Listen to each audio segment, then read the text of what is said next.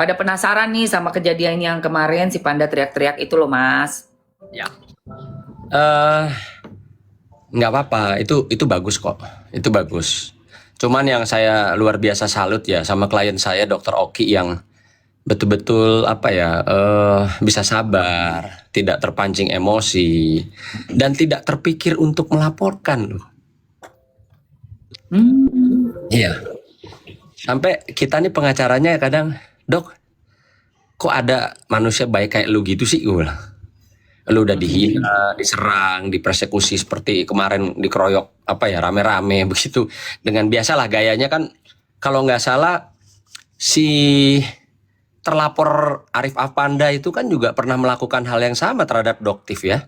Iya, Januari tanggal 15 kalau nggak salah. Iya. Artinya si terlapor ini melakukan atau mengulangi perbuatan yang sama di rumah tempat kita semua mencari keadilan. Gila ya. Kalau saya bilang nggak gila, itu dia nggak gila. Bodoh. Iya, iya. Kalau dia gila, gayanya nggak gitu, Mbak Nggak Emma. kayak gitu. Iya bener. Dia bodoh. Makin nambah berat nggak sih, Mas, nantinya? Soalnya nih aku udah ada info, udah naik sidik semua.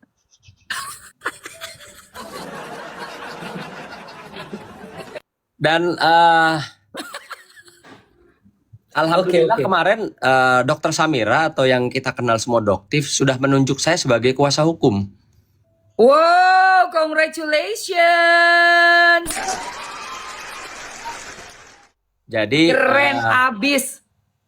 Jadi ya kalau saya sudah memiliki surat kuasa, artinya saya bisa bekerja seprofesional dan sebebas-bebasnya. Aduh, nggak sabar banget sih. Ya Allah, berarti ada episode berikutnya nih ya. Ini akan ada episode yang kejutan-kejutan. Ya kita lihat aja. Pemirsa pengennya panjang atau pendek. Nah, tapi kalau aku lihat sih Mas bakal panjang Mas. Karena masih banyak sekali layer-layer yang belum dibuka. Ya artinya gini lah. Kita nggak usah munafik ya. Kita cari duit, cari kaya, silahkan. Monggo tidak dilarang. Tapi jangan pernah merugikan kesehatan orang, ya. Terutama kan jangan kita kaya raya terus flexing atas nantinya penderitaan orang lain. Mungkin tidak hari ini, tidak minggu depan, tidak tahun depan. Tapi saya dapat pastikan efek-efek dari penggunaan kosmetik yang ada kandungan bahan berbahayanya, Ya. itu dipastikan ada dampaknya nanti. Nah, mungkin gini nih Mbak Emma nih, orang nggak tahu kalau saya sudah hampir 5 tahun terakhir ini saya jadi pengacara skincare, memang tidak terekspos ya. Itu kalau orang ada yang kenal sama produk Daviena ya, Tahu. itu ownernya si Melvina tuh klien saya. Oke. Owner itu klien saya ketika dia disomasi sama brand atau produk besar skincare. Oh gitu. Ya. Tahun Ya, berapa tuh Mas? saya bilang ini memang saya tuh orangnya kalau kerja tuh jarang expose gitulah ya kalau Iya aku. kalau nggak terpaksa. Jadi dia itu pernah disomasi sama rajanya skincare nomor 1 di Indonesia yang pertama kali. Oke. Nah, dia panik, dia bingung, dia menghubungi saya, gitu. Terus pabrik-pabrik maklon yang membuat produk skincare juga sampai saat ini klien saya. Jadi masyarakat perlu tahu ya, pabrik yang buat produk skincare di Indonesia bukan kayak barangnya si siapa tuh yang katanya dari luar negeri ya, jadi bukan produk saya cuma jual. Come on, lo jual lo dapat keuntungan, terus giliran ada masalah lo bilang itu bukan produk saya. Bukan produk, nggak bisa. Nggak bisa. Iya. Nggak bisa kayak gitu. Inilah. Makanya di sekelilingnya itu harus orang-orang yang smart, ngerti hukum, ya. Iya. Jangan juga Iya. pengacara yang baru. Kenapa saya bilang baru? Dia bertanya, Sunan tuh advokat ya? Sunan tuh siapa? Lah Ya kalau dia ampun. seorang advokat dia nggak kenal saya, artinya kan dia baru dari dunia mana gitu loh. Kok Saya bisa ini jelek-jelek begitu? ya. Saya ini jelek-jelek, Mbak Emma tahu lah. Saya Iyalah. dari dulu sudah jadi pengacara, ya. Bahkan kemarin saya dilantik sama Pak Menteri Hukum, Pak Supratman, sebagai wakil sekjen, ya, pimpinan pusat Kongres Advokat Indonesia. Nah, tuh congratulations Mas Sunan. Ya Ya, makasih. Nah, ampun. artinya kalau ada seorang advokat atau saya katakan aja advokatnya si RG tidak mengenal siapa saya, bahkan dia tanya siapa Sunan, advokat dia. Artinya dia ini dari mana? Dia ini siapa? Dia ini kapan jadi pengacaranya? Kalau orang seperti saya aja masih dipertanyakan gitu loh. Teman-teman, 6.200 orang. Mas Sunan itu lawyernya Mamski tahun 2010. Udah 15 tahun yang lalu, mantap nggak tuh? Menang nggak? Menang nggak? Menang dong. Top. Top. Iya, dari 15 tahun yang lalu Mas Sunan. Kita masih muda banget tuh ya, Mas ya. Iya, Udah artinya kalau ada seorang udah yang mengaku advokat, yang mendampingi pengusaha skincare, ya, tidak mengenal siapa saya, itu perlu dipertanyakan. Yes, Iya. perlu Gini dipertanyakan. Mas, dialognya kita gini Mas, sama ngadepin yang kayak gitu. Sama nih kayak si FS. Kan dia kan seperti ngerasa tuh aku tuh bukan nobody lah, nothing gitu. Aku cuma mau tanya sama mereka. Kalian itu 15 tahun yang lalu di mana sih? Bener gak? Iya kan? Kamu tahun 94, 95 di mana? Kalau aku ke FS ya. Kalau Mas Sunan ke si pengacaranya tanya gitu aja Mas. Kamu tuh 2010 di mana? Aku yakin bukan siapa-siapa. Nggak ngerti, nggak pernah lihat mukanya juga, Mas. Kalau aku nggak perlu nanya 2010, aku tanya yang saat ini aja deh. Iya, bener. Jangan jauh-jauh ya, Mas. Iya, yang tahun ini aja, yang bulan ini atau detik ini. Lu bisa mengeluarkan, lu seorang pengacara ngakunya lu seorang pengacara. Iya. Lo mendampingi pengacara DRG, mendampingi klien DRG. Lo ngaku Iya, sebagai pengacara, lo pakai nanya, Sunan tuh siapa? Advokat Buset, dia. Oh, dia advokat, katanya gitu. Udahlah. ngawur gila banget sih, sumpah. Tapi Kamis ini Mas datang nggak, Mas? Saya pastinya akan mendampingi Dokter Samira ya. Kalau memang keterangannya diminta di pengadilan, saya dampingi. Gokil, oh berarti bakalan ini dong ya. Oke. Aku udah dapat info Sekarang begini juga. Mbak Emma, kita kan sama-sama ketemu ya di pengadilan. Ya. 2 minggu lalu saya masuk atau datang ke pengadilan negeri Jakarta Selatan itu, saya kaget. Ada apa di sini? Segitu banyak bodyguard, ada apa nih? Ada apa gitu kan? Saya nggak paham kalau itu ternyata berkaitan dengan sidangnya Nikita Mirzani yang dimana bodyguard sebanyak itu, hampir ada 100 orang loh, itu mengawal siapa ya, orang-orang yang pada belagak jadi mafia gitu loh ya. Asli. Nah, Aku sih sementara- infonya 150, Mas. Ya, 150 oke orang. lah, whatever. Makasih, Topi Cowboy. Nah, lalu di minggu pada saat saya akan mendampingi Dokter Oki, saya mendapatkan info ya bahwa akan ada upaya intimidasi, upaya untuk menyerang Dokter Oki sebagai saksi gitu loh. Itu saya dapat info tuh. Iya. 1 hari sebelum besok paginya harus dampingin Dokter Oki sidang. Oke. Oke. Lalu saya udah nggak punya waktu. Saya udah nggak punya waktu untuk melaporkan ke LPSK, Lembaga Perlindungan Saksi dan Korban. Oke. Saya dapat infonya tuh malam. Besok paginya saya jam 8 udah harus undangan ya. Undangan, kami terima resmi undangan dari pengadilan tuh jam 8.30.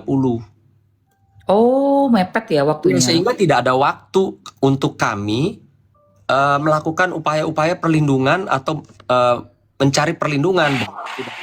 Jadi I see. lembaga perlindungan saksi dan korban, baik itu dari pihak kepolisian. Nah, tapi saya berpikir, kita kan datang ke pengadilan ya, bukan datang ke medan perang.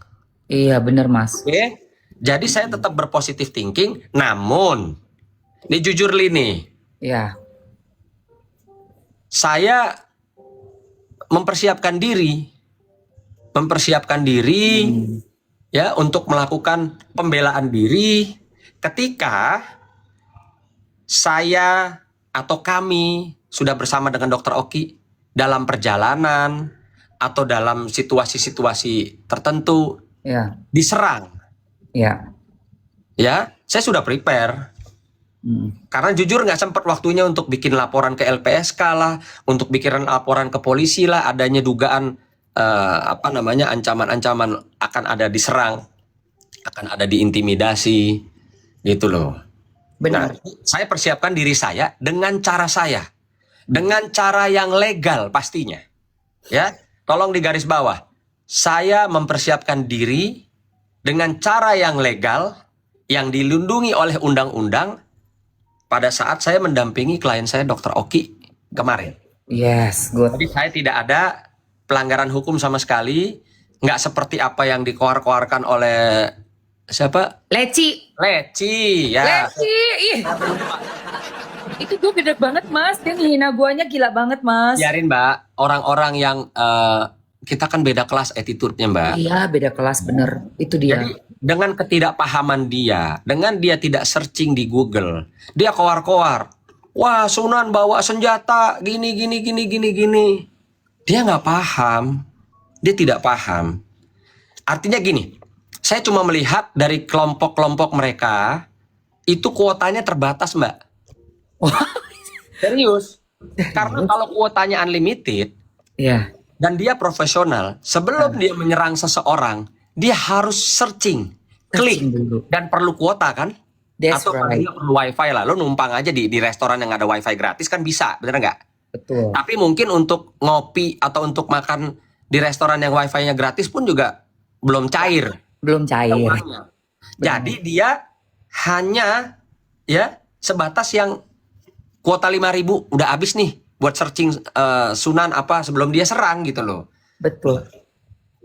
Nanti pastinya akan kami sampaikan klarifikasi resminya ya bahwa saya tidak melanggar hukum apapun yang seperti dikoar-koarkan. Dan apa yang saya khawatirkan kejadian. Apa itu kejadian? Saya khawatir dengan adanya info malam hari klien saya akan diserang. Dan faktanya klien kami hadir di pengadilan negeri Jakarta Selatan atas undangan resmi sebagai saksi. Dan setelah bersaksi meninggalkan ruang sidang, disitulah kami diserang. Diserang, gila bener loh. Diserang, jujur ya, diserang dengan orang-orang yang saya tidak kenal. Nggak kenal, gila. Nggak kenal. Dan kalau dilihat di rekaman, saya sampai meluk Dokter Oki dari belakang untuk melindungi, jangan sampai mungkin dia kena tampar, kena pukul, kena ludah. Bener. Gitu. Ya, jadi saya melakukan. Dokter Oki nggak perlu punya bodyguard sampai ratusan orang, cukup punya Pak Sunan Kalijaga aja, saya lindungin. Iya benar-benar. Ya. Aku ngelihat loh Mas Sunan lagi Ya. itu tuh sama gerombolannya mereka banyak banget lagi mereka tuh berapa itu banyak orang. sekali. Dan apa yang dikhawatirkan kejadian. Nah, cuma saya melihat begini. Mereka mungkin kalau mau pakai gaya mafia sama saya nggak kena. Ya, kalau mereka mau gaya-gaya keras sama saya nggak bakal kena. Kenapa? Karena sebelum mereka jadi belaga jadi mafia itu dunia saya dari kecil. Ya, siapapun yang mereka bawa ke sana ini nggak mungkin nggak kenal saya. Oke? Iya. Jadi mereka rubah strategi ternyata. Mereka nggak main keras kepada seorang Sunan Kalijaga dan kliennya, tapi mereka main menggunakan gerombolan rusuh tulang-tulang lunak kalau saya lihat. Yes. Kita ngomong fakta Mbak Emma. Saya seorang pengacara harus menyampaikan sesuatu yang fakta. Tidak ada di sana yang badannya gede-gede, bodyguard yang menghampiri kami, nyerang, intimidasi kami, tidak ada. Tidak ada. Mas Sunannya jadi malas berantem kalau sama tulang lunak ya Mas. Jadi kita jadi lunak juga nggak? Bener nggak sih?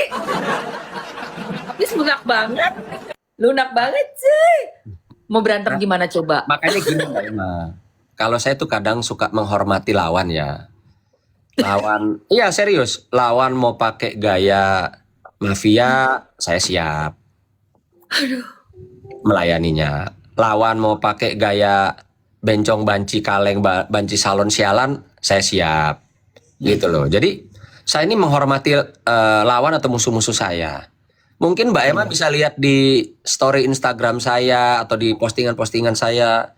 Saya melayani mereka dengan gaya mereka. Iya M. Ada itu yang aku suka banget postingannya Mas Sunan, yang ibu-ibu panda lagi ngelahirin bayinya, kocak banget.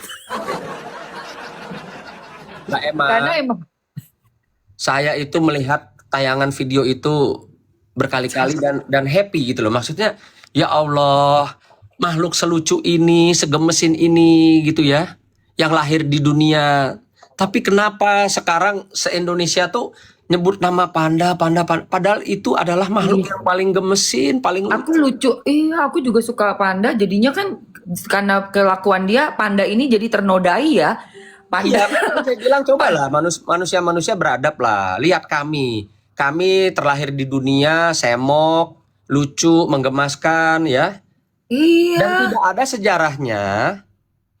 ada sejarahnya panda itu begeng, kurus, terus Kurang gonggong gizi. kayak anjing tuh nggak ada, Iya, ngengkok-ngengkok makanya. nggak ada Tapi nih gitu loh. buat besok Mas, buat besok penjagaan dong. Harus Mas. Enggak, jadi gini. Gimana?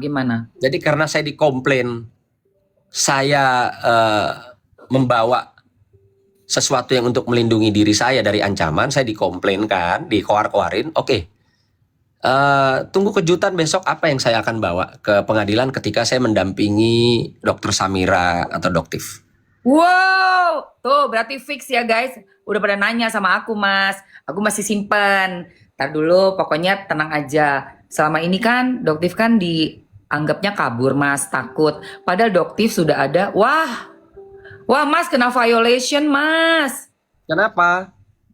Waduh, kamu harus aku remove lagi. Ya udah nggak apa-apa. Biasalah orang iri. Alah Mas, ya udah nih. Aduh Mas, gimana nih Mas? Nggak apa-apa. As violated. Oke, aduh gimana ini? Ya si Mas. Masih ada nggak? Masih bisa tuh. Kita emang ngomong apa ya? Tadi nggak boleh pakai ngomong Binan Cinong, terus Inan Jining tuh nggak boleh. Kalau mau tuh enjir gitu. Kan nggak boleh pakai kata-kata yang real Mas. Kalau di sini AI-nya udah tajem banget. Lanjut, masih bisa nih. Pokoknya hati-hati dengan kata-kata Binan Cini. Pina sih. Mas, kita harus pakai bahasa yang di sini tuh bahasanya mesti ya nggak bisa Mas pokoknya ya. Ya lanjut. Sina Ina Pina. Itu Sina Pina. Tina Dini, sini Pinandina. Tina Dini ya. Tina Dini. Pinandina Binan Cinong, Binotini. Iya. Oke. Iya. Tapi Gila, tapi masih ada loh, Mas Sunan nggak jatuh tuh. nggak. Aduh. Maksudnya gini Mbak Emma. Gimana? Ayo. Awas hati-hati loh, jangan 2 kali loh. Ya. Ayo. Kalau pakai bahasa Binan Cini kan nggak semua teman-teman tahu di sini. Itu cuma orang-orang kelas di zaman itu, dan yang nggak tahu zaman sekarang masih kepake nggak sih bahasa itu? Masih kepake, pada ngerti kan anak-anak, teman-teman tuh ngerti. Oh. Ngerti. Mawar tinta. Nggak tahu aku. Mawar Tita. Pakai bahasa Apose katanya. Kagak, ada yang ngerti, ada yang enggak. Udah nggak apa-apa, yang penting kita aman, jangan sampai kita jatuh. Ini 10.700 orang. Teman-teman boleh dong di-share naikin lagi dong sampai 15.000 kayak ini nih. Share sama teman-temannya, ayo. Share Jangan tuh. cuma nonton aja. Ayo Follow share gua teman-teman, dong. tap layarnya, ayo sayang. Lo Mas Sunan kali jaga, yang belum follow dulu ya sayangku ya. Ya, follow dulu, itu share biar tuh 11.000 tuh Mas. Ayo Mas, ada info apa lagi yang oke, tapi ingat bahasa Mas, bahasa. Ingat tuh 11.000 tuh. Ya, yang pasti yang pasti ketika Besok. ketika klien saya Dokter Samira atau Doktif dipanggil resmi di pengadilan untuk menjadi saksi di kasus persidangan Nikita Mirzani, saya pastikan akan hadir dan saya dampingi. Gitu. Mantap. Ya. Mantap. Nggak usah pada Parno, nggak usah pada Parno. Takut saya bawa ini itu nggak usah. Ya. Makasih. Waduh, 17 Agustus. Merdeka, merdeka, Merdeka. Mas Sunan. Ini semangat 17 Agustusan ya, Mas. Pas Iya. banget dengan semangat 17 Agustusan. Oke, aku mau tanya lagi nih. Dalam sidang pidana ini, kira-kira akankah diputar itu rekaman suara? Ini juga jadi banyak pertanyaan oleh netizen nih di room aku. Mamski, rekaman suara itu gimana? Nah, bagaimana pendapat advokat nih mengenai rekaman suara itu? Oke.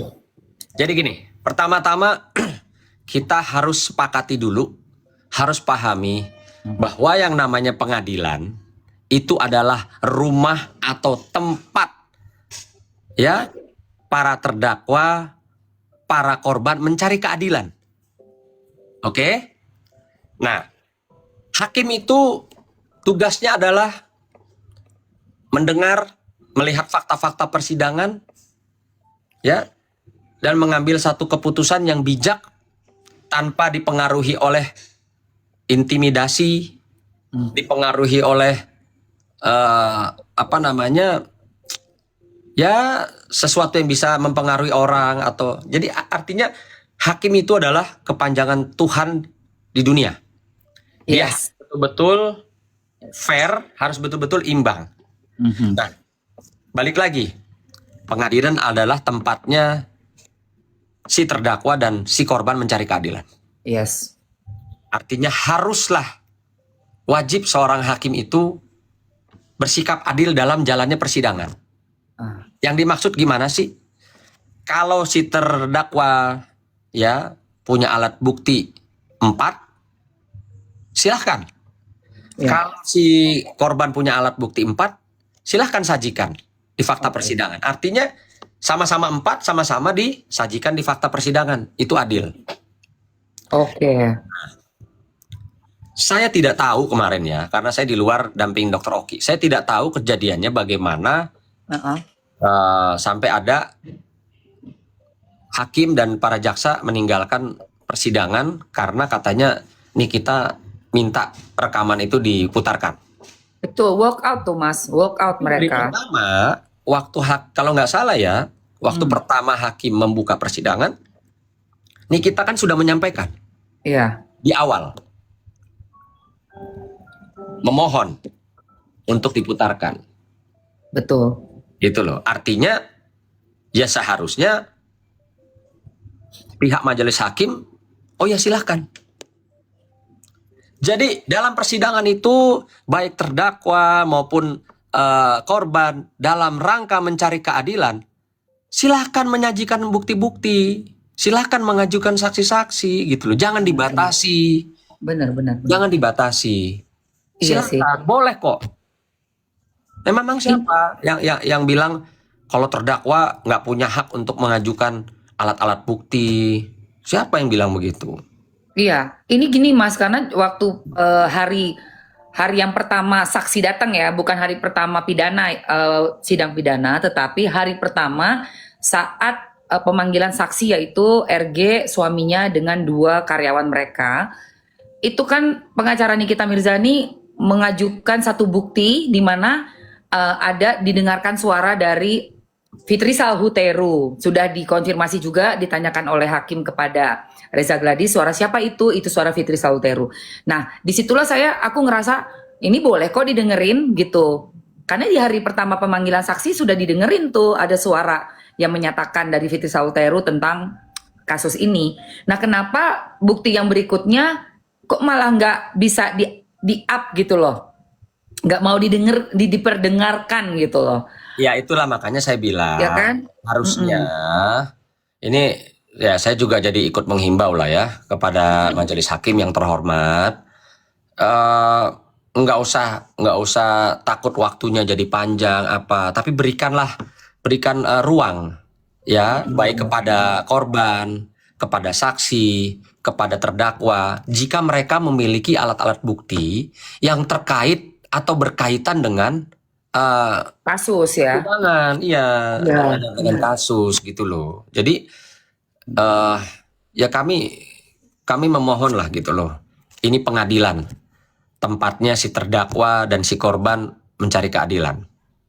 Dan Mbak Emma kan juga ingat kan, apa sih yang dibilang keadilan? Keadilan itu harus berimbang sama-sama. Kalau Nikita melakukan perbuatannya, kesalahan atau kehilafannya itu sebesar kelingking, ya jangan dihukum dia seperti dia melakukan perbuatan sebesar jempol. Betul sekali, Mas. Nah, Ini begitu juga sebaliknya. ya, Saya meminta dalam hal ini pemerintah juga turun tangan dan bisa melindungi masyarakat khususnya dan berlaku adil. benar. Katakan Nikita saat ini memang sudah jadi terdakwa. Nah, tapi kalau kita lihat, kita duga saat ini berdasarkan dari satu instansi pemerintah yang sudah merilis terkait dengan adanya dugaan produk yang tidak terdaftar atau apalah itu. Ya. Kami juga minta, yuk kita sama-sama minta kepada pemerintah dalam rangka penegakan hukum. Si korban juga harus diperiksa, si korban juga harus diambil tindakan, gitu loh. Itu baru namanya Indonesia adil. Adil, betul. Ya, berkeadilan.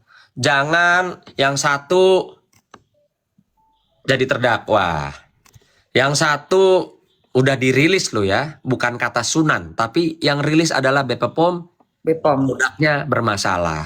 Betul, Mas. Mana tindakannya? Gitu loh. Karena ini terkait dengan kesehatan masyarakat. Ya, dari awal saya sudah bilang. Contoh, saya tegaskan kepada klien-klien saya, owner skincare maupun owner pabrik skincare, saya bilang sama mereka, saya mau jadi pengacara kalian. Saya mau terima duit dari kalian. Tapi satu, jangan pernah kalian merugikan kesehatan masyarakat, saya bilang.